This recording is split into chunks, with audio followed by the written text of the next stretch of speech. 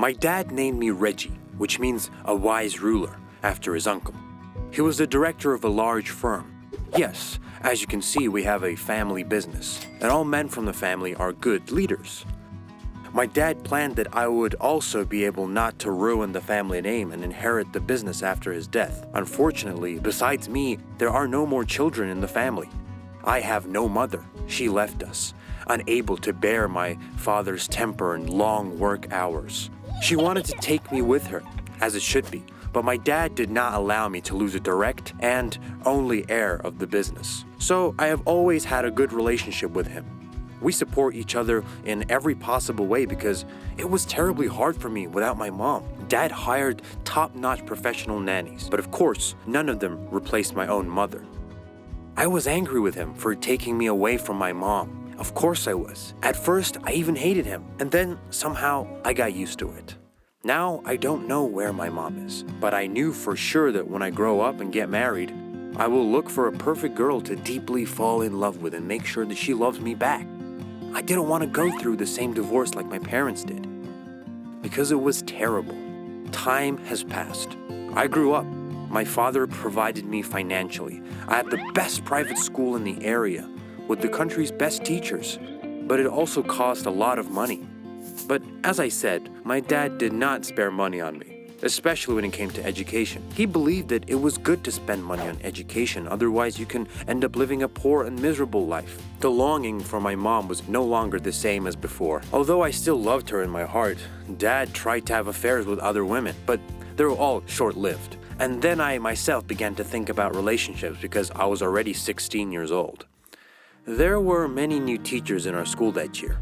Our tutor just changed, and the principal gathered us, introduced us to Miss Steele, our new tutor.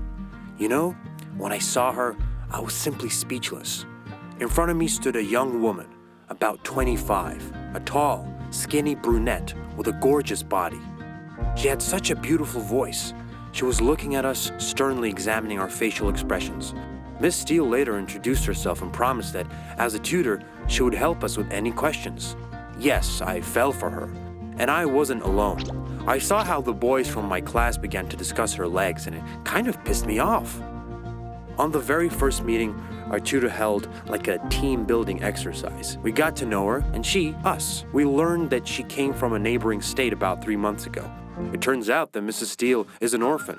After leaving the orphanage, she made every effort to invest the money she learned into knowledge. She also believed that investing in the brain is the best investment.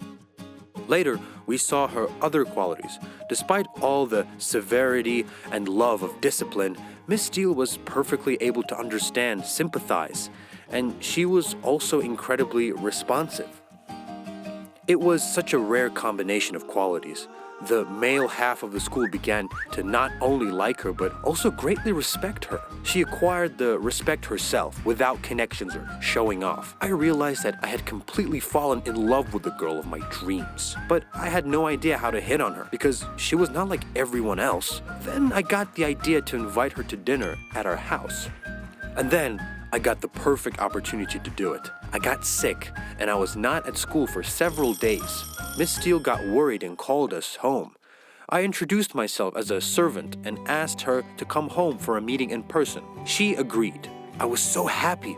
I told my dad about this, and he asked the servant to prepare a special dinner. My father and I put on shirts, suits, and met her. Miss Steele looked adorable in her black blouse and white long tailored skirt. She came to our house, and we immediately invited her to sit at the table. I was very nervous, but dinner was great. Her and my father quickly found common ground, so it wasn't boring, only for me sometimes. At the end of the evening, Dad decided to give Miss Steele a ride home, and I began to do my homework since I hadn't done it in the afternoon. The next day at school, my tutor smiled at me and I almost melted.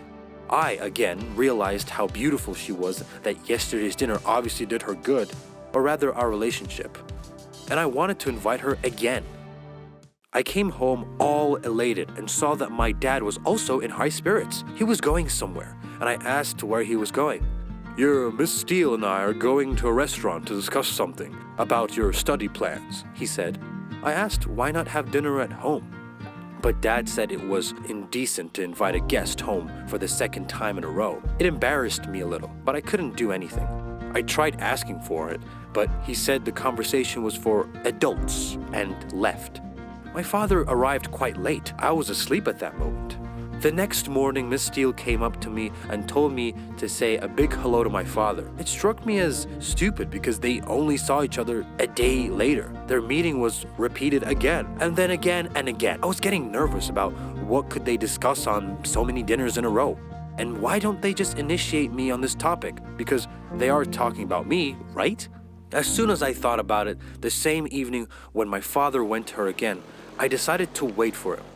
At about 2-3 o'clock in the morning, I sat and looked through the window when he arrived. I saw that my father got out of the car and, damn it, he was with her.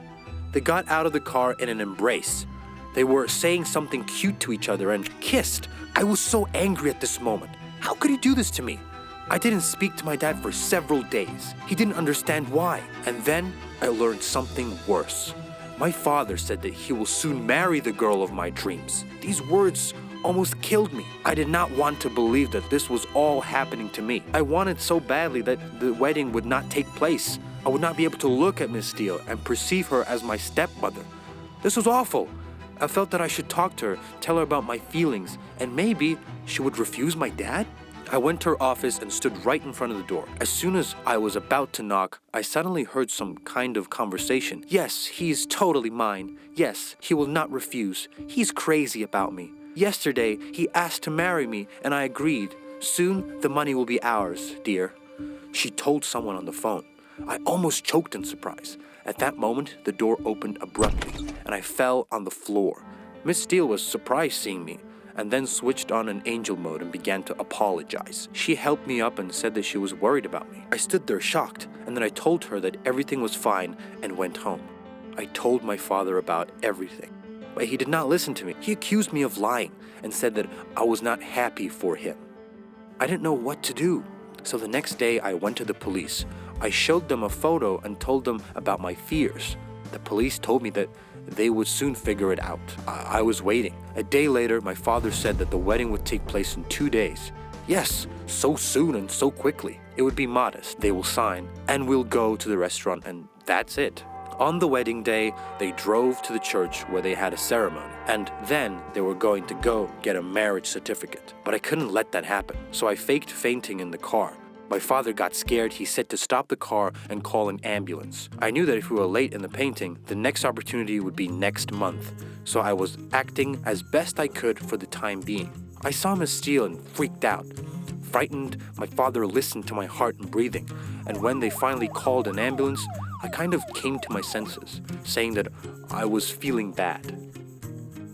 After making sure everything was fine, Dad wanted to go home, but Steele protested, saying that he needed to sign, and Dad told her that they were already married before God. Like, according to the law, you can sign next month. Steele began to freak out, and in the car while flashing lights drove up to us. The police told Miss Steele to get out of the car with her hands up. At first, she pretended not to understand anything, and then she started running away in the wedding dress. She was quickly arrested. My father was shocked.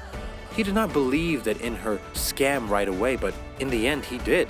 And then he remembered my warnings. It's good that they didn't sign anything.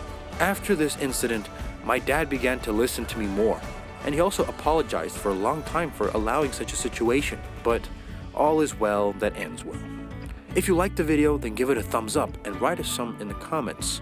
Friends, do not forget to subscribe and also turn the notification bell on to not miss the next video.